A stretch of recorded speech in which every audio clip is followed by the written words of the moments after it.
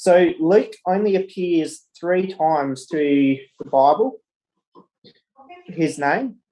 Apart from through the gospel, it appears at the top of every page, but in the text, it only appears 3 times. The first occasion was in tonight's reading in Colossians 4 and verse 14. The second occasion is in Philemon 1, verse 24, and also in 2 Timothy 4, verse 11. But we will get to them a bit later. So Luke, he wrote 2 books of the Bible. He wrote Luke and he wrote Acts. So to start tonight, I want to read from Luke chapter 1 and the first 4 verses, which says, For as much as many have taken in hand to set forth in order a declaration of those things which are most surely believed among us, even as they delivered them unto us, which from the beginning were eyewitnesses and ministers of the word. It seemed good to me also, having had perfect understanding of all things from the very first, to write unto thee in order, most excellent Theophilus, that thou mightest know the certainty of those things wherein thou hast been instructed. So we can see there in verse 3 that Luke is writing to the most excellent Theophilus. He also starts Acts in a similar way. In Acts chapter 1 and in verse 1, which begins, The former treatise have I made, O Theophilus, of all that Jesus began to do and to teach. So he's writing to the same character, but it is interesting to note that in verse 3 of Luke, it says, most excellent Theophilus. So he's writing to someone of status. Luke himself, as we read in Colossians 4, was a physician or a doctor. So he was someone of importance in this world, and he's writing to someone else who in this world would be an important person. But in Acts chapter 1, it says that he was just writing to O Theophilus. So now that Theophilus has been through and read what Jesus has done, he's now showing that he's not such an important person as he thought that he was, and that there's more to life than what is in the world. So I find this fairly powerful, that Luke, even though he was someone in this world, he didn't count where he was as anything important to him. So another interesting fact is that Luke was most probably a Gentile, and the whole way through the Gospel of Luke, he is talking about the redemption. And the other thing through the Gospel, he also has a joyful note through his writing and records 5 outbursts of song. A song that Elizabeth sang, Mary's song, Zachariah's song, the angel's song, and Simeon's song.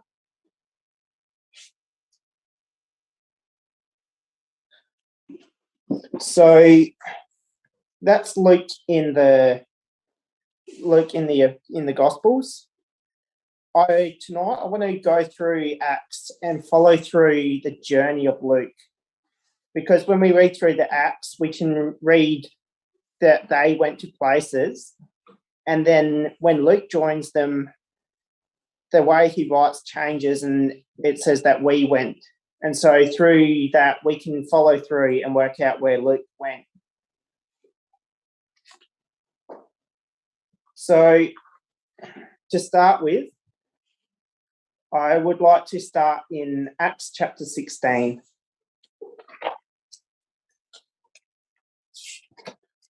So Acts chapter 16, if we read, when I find it, Acts 16, verse 8 to 10, which says, "And they, passing by Mysia, came down to Troas, and a vision appeared to Paul in the night. There stood a man of Macedonia and prayed him, saying, 'Come over to Macedonia and help us.'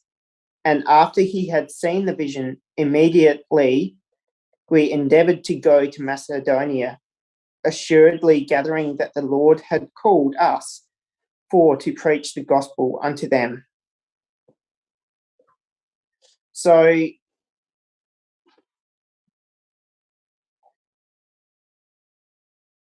we can see that Luke is, in verse 8, that it was they, and so it was just Paul here.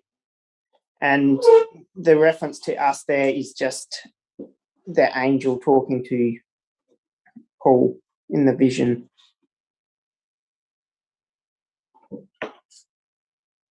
So Luke joins Paul in verse 11, which says, "Therefore, loosing from Troas, we came with a straight course to Samothrracia, and the next day to Neapolis." So if I pull a map up, so that was his first journey. He started, I couldn't find any good maps of the Mediterranean, so I just used Google Maps and took a screenshot. So all the places' names are modern day. But so he started down in Troas and then up to Neapolis.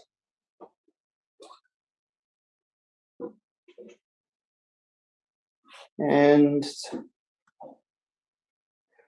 so then in verse 12, it says, "And from thence to Philippi, which is the chief city of that part of Macedonia, and a colony, and we were in that city abiding certain days."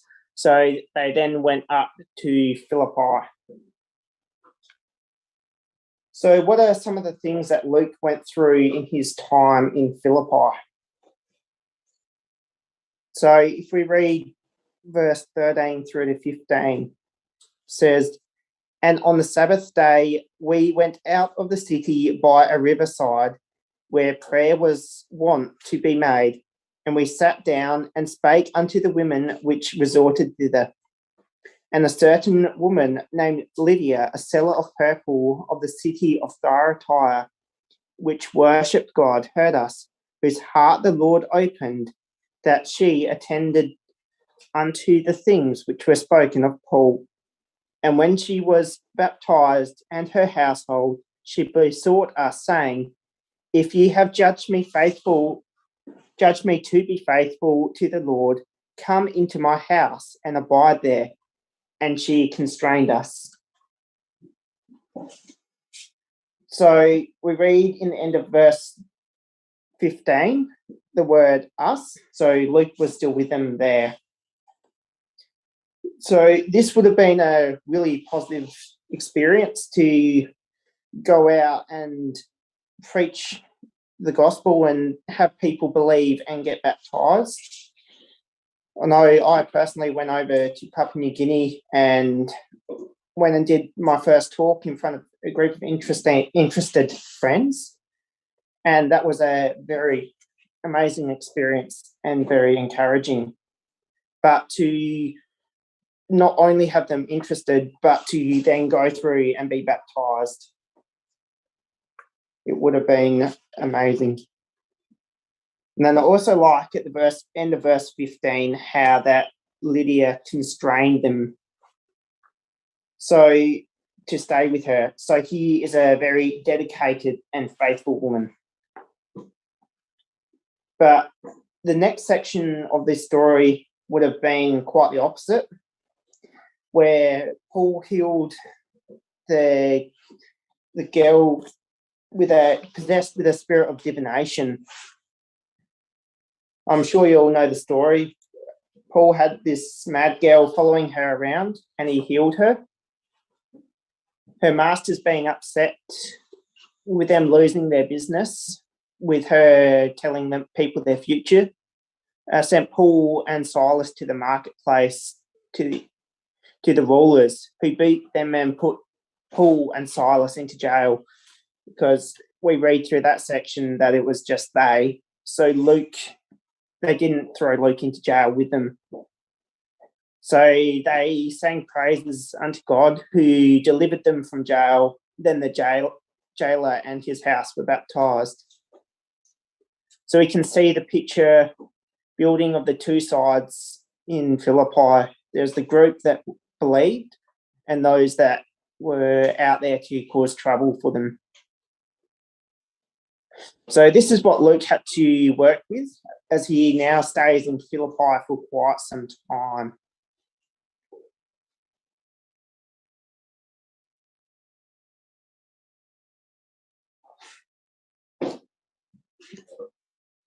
So we read in verse... Sorry, lost my place.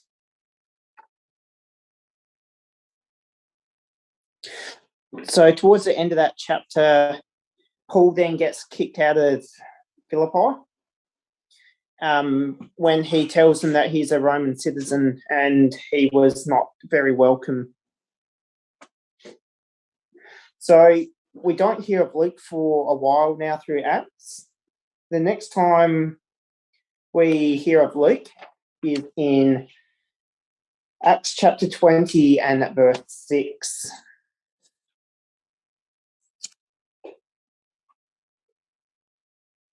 Which it says, if we read in verse 3 to 6, it says that, and there abode 3 months, and when the Jews laid wait for him, he was about to sail into Syria, he purposed to return through Macedonia, and there accompanied him into Asia Sospater of Berea, and of the Thessalonians, Aristarchus and Secundus and Gaius of Derbe, and Timotheus, and of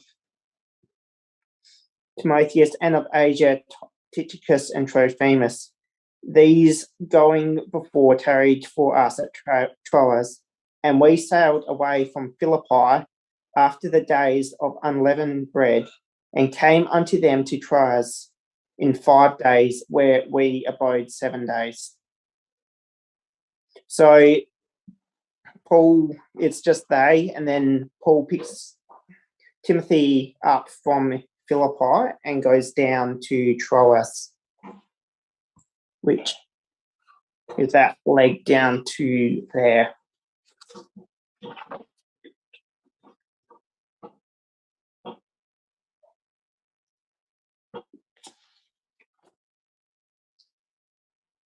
And then,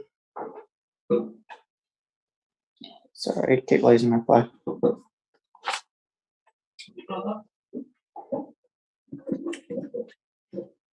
So the whole time that Paul was away, Luke would have been in Philippi.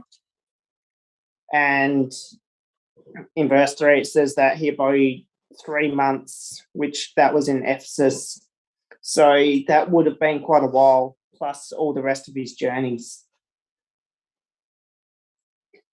So Luke left Philippi and came to Troas, where there was an incident with Eutychus there, where Paul spoke to midnight, which I'll try not to do tonight. And then he fell out the window and died, and Paul rose from the dead. So now if we come down to verse 13 to 16, it says, this is once they leave Troas, it says, and we sailed before to ship. And we went before to ship and sailed unto Assos, and there intending to take Paul in, to take in Paul, for so had he appointed, minding himself to go afoot.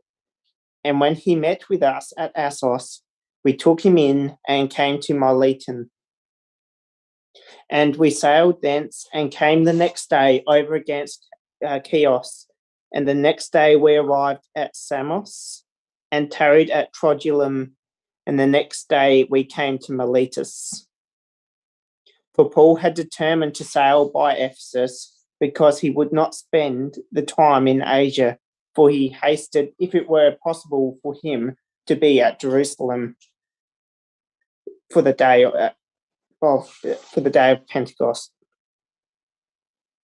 So here Luke continues his journey, and in verse 13 they go down to Assos, but Paul decided to walk that journey, so he would have cut across that little peninsula there, and Luke and the others with him sailed around.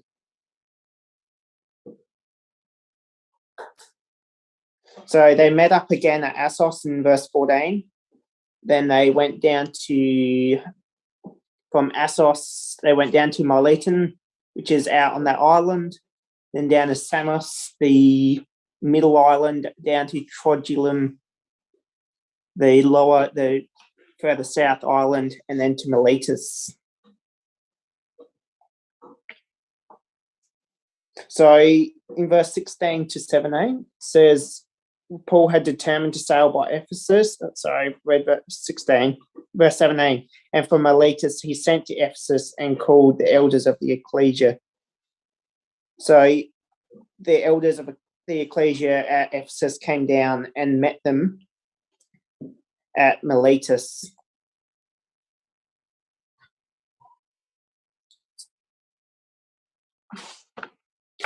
So if we jump down now to chapter 21 and read verse 1 through to 3, it says, And it came to pass that after we were gotten from them and had launched, we came with straight course unto Kos, and the day following to Rhodes, and from thence unto Patra. And finding a ship sailing over to Phoenicia, we went abroad and set forth. And when we had discovered Cyprus, we left it on the left hand and sailed into Syria and landed at Tyre, for there the ship was to unlade her burden. So Luke is still with them as they use we the whole way through. So the next stage of their journey, they go down to Kos, which is the next island down, and then Rhodes, which Maps decided to put Rhodes on there for me, which was nice, and then down to Patra. And it says they changed ships down at Patra, as we see in verse 2, and finding ships sailing over unto Phoenicia, we went aboard and set forth. That wouldn't have been just a straightforward process to go find the ship. They wouldn't have been, even if there was a regular service, it would be so unreliable. So they went from Cyprus, then from Patra, they went from Cyprus down to Tyre. And then in verse 4, and finding disciples, we tarried there 7 days, who said to Paul through the Spirit that he should not go up to Jerusalem. So here we start. Paul gets told multiple times that he shouldn't go down to Jerusalem, but he still continued to go down the whole way, which Luke stayed with him the whole way, even though they'd been told not to go. So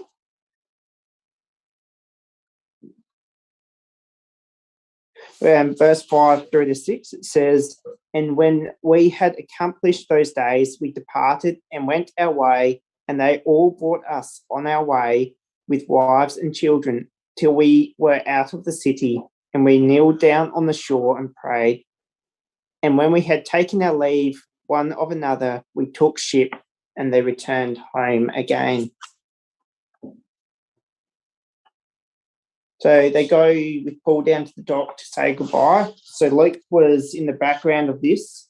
And even though they had been told through the Spirit not to go to Jerusalem, Luke was willing to stay with Paul. Which we'll see this happen again as we go through.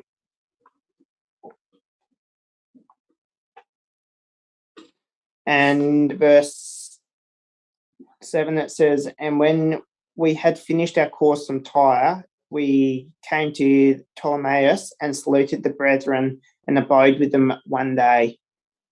So that's the next little dot down on the map.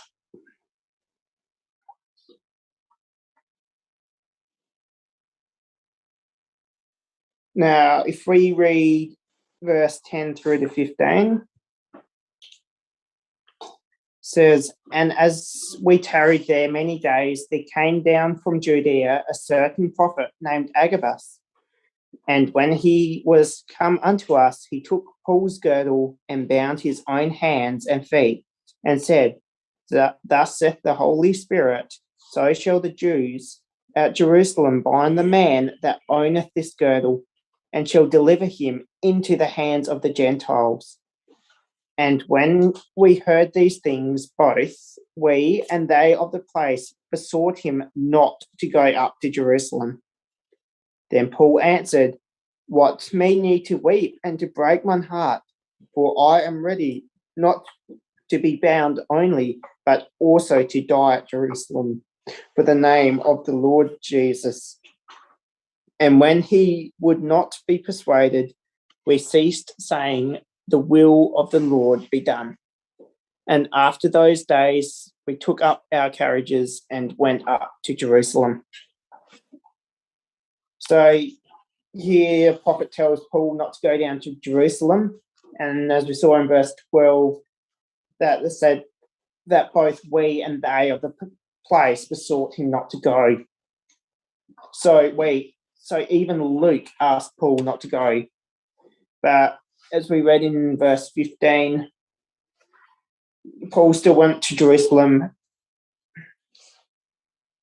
and it says we there, so Luke went down with him, even though he didn't want to go. Well, didn't want Paul to go down. So once they're down in Jerusalem, we lose Luke for a while, because Paul then gets caught and put in jail and sent up to Caesarea. So the next occasion that Luke appears through Acts is in Acts 27 and verse 1, where it says, "And when it was determined that we should sail into Italy, they delivered Paul and certain other prisoners unto one named Julius, a centurion of Augustus' band." So we can see here that Luke rejoins Paul. So Paul went through and was transferred up to Caesarea, and Luke would have followed him through the background, but we can't, he's not with Paul because Paul's in jail. So just want to read through verse 2 through to 8 of chapter 27 to follow Luke's journey with Paul. It says, "And entering into a ship of Adramyttium, we launched, meaning to sail by the coast of Asia, one Aristarchus, a Macedonian of Thessalonica, being with us. And the next day we touched at Sidon, and Julius courteously entreated Paul and gave him liberty to go unto his friends to refresh himself. And when we had launched from thence, we sailed unto Cyprus, because the winds were contrary. And when we sailed over the sea of Cilicia and Pamphylia, we came to Myra, a city of Lycia. And there the centurion found a ship of Alexandria,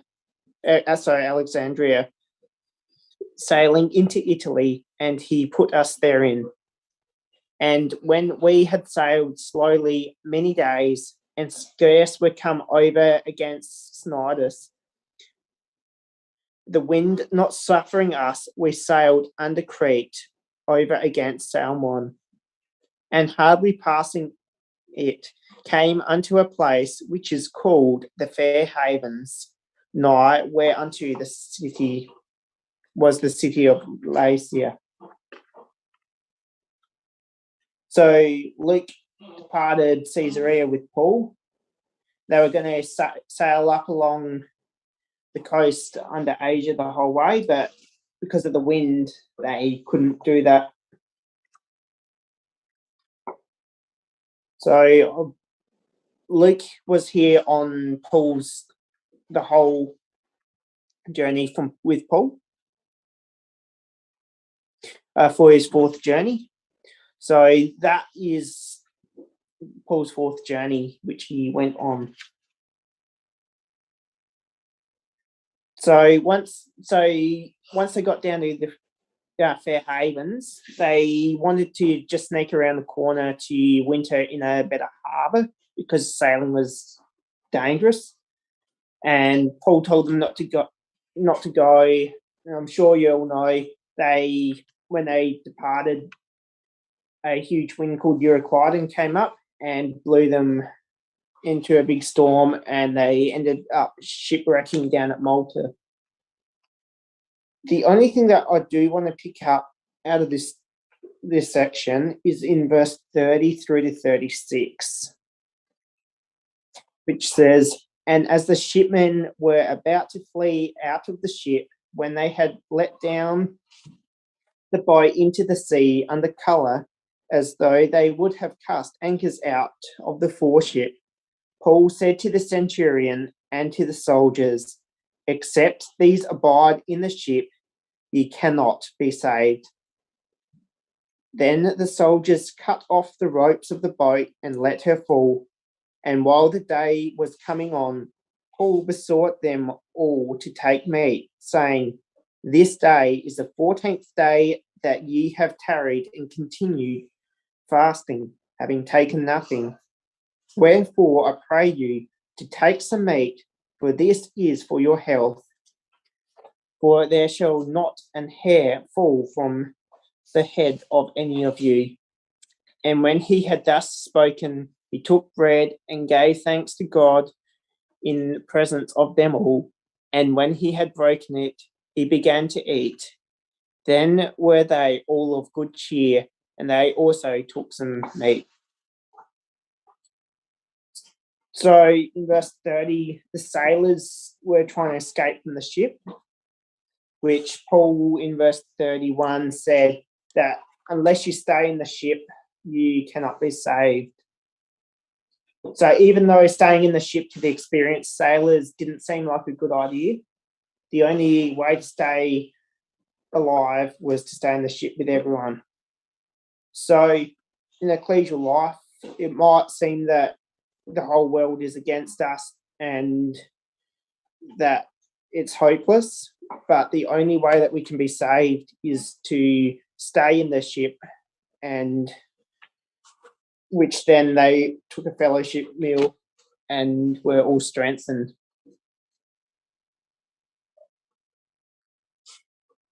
So we continue our journey in Acts 28, verse 11 to 16. Which said, "And after 3 months we departed in a ship of Alexandria, which had wintered in the isle whose sign was Castor and Pollux. And landing at Syracuse, we tarried there 3 days. And from thence we fetched a compass and came to Rhegium. And after 1 day the south wind blew, and we came the next day to Puteoli, where we found brethren and were desired to tarry with them 7 days, and so we went toward Rome. And from thence, when the brethren heard of us, they came to meet us as far as Appii Forum and the Three Taverns, whom when Paul saw, he thanked God and took courage. And when we came to Rome, the centurion delivered the prisoners to the captain of the guard, but Paul was suffered to dwell by himself with a soldier that kept him. So that's a final stage of the journey from Malta, as we can see on the map, up to Rome. So in verse 30 it says, and Paul dwelt 2 whole years in his own hired house and received all that came in unto him. So that's where Luke went through in Acts. So he followed Paul through on the last half of his third journey and all of his fourth journey, and just a little section of his second journey.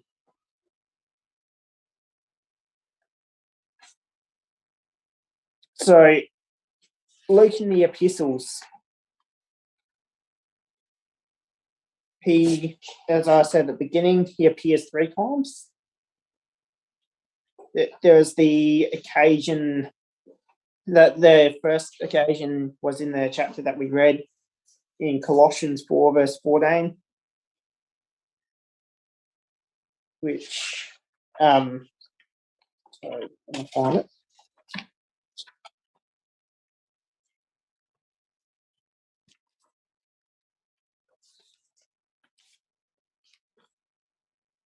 Colossians 4 verse 14, which says, Luke, the beloved physician, and Demas greet you. So Colossians was written from Rome in that period of the 2 years when Paul was in his own hired house. So Luke stayed with Paul through that time. And the other occasion was in Philemon, verse 24.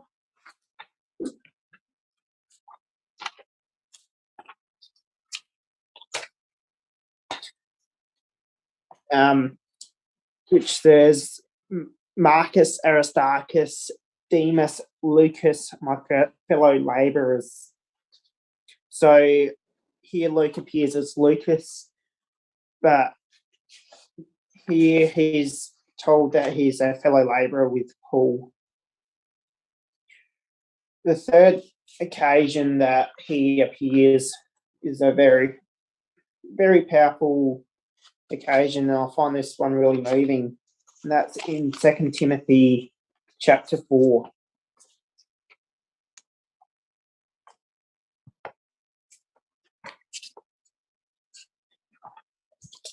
Second Timothy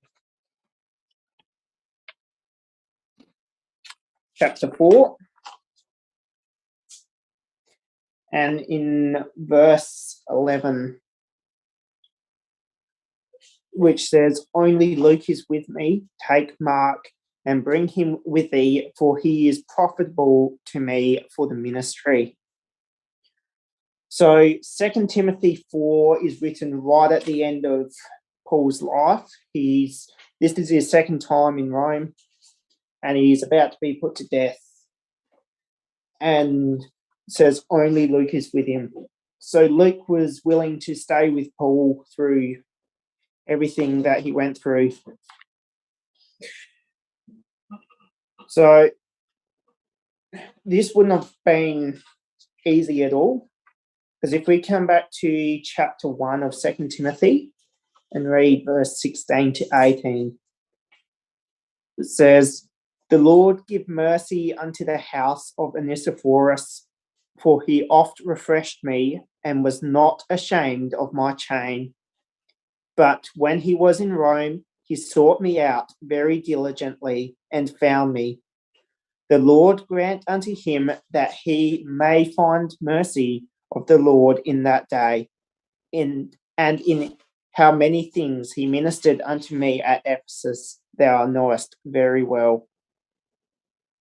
So Onesiphorus sought out Paul and found him where he was in jail for the second time.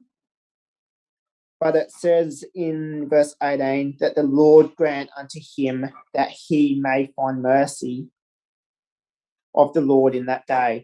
So that would indicate that Onesiphorus had been put to death.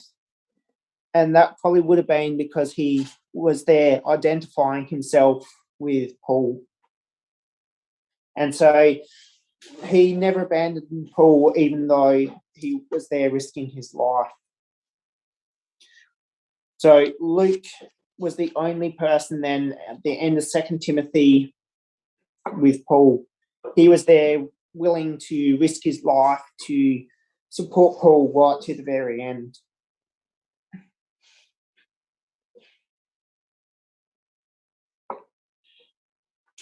So that was Luke. So what can we take away from his life? So Luke was a doctor, and he was someone that would have been of status in this life, but he was there in the background in all of his writings. He didn't even mention his name, and he was just there, someone in the background there who, if someone needed something, was there to support them. So don't focus on where we are in the world, but look where we can help. And then